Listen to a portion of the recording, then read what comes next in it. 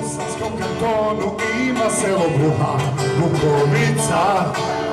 Kažu da u tom džematu je glavni imam hođa sa dva lica. Ne govori ništa više, ne pričaj šahovske priče. Ne znam gdje sam, opasna sam, sad sam bijesna, sad sam zaluda. Ne znam šta hoću, ne sam zaluda, ne damo hoću, sad sam zaluda. Ne znam šta hoću, sad sam zaluda, ne damo hoću. U srednjem bosanskom kantonu ima selo Bruha, Bukovica.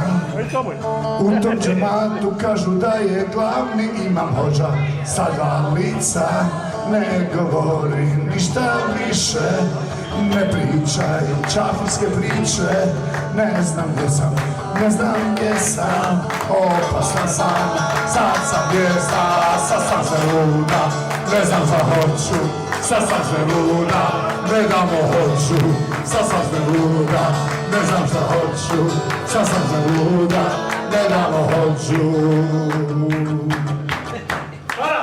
Sad sam sve luda, ne znam šta hoću, sad sam sve luda, ne damo hoću, sad sam sve luda, ne znam šta hoću, sad sam sve luda, ne damo hoću, sad sam sve luda, ne znam šta hoću, sad sam sve luda, ne damo hoću, sad sam sve luda, ne damo hoću, sad sam sve luda, ne damo hoću.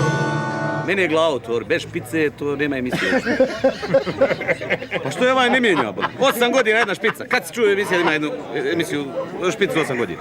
Gdje to ima?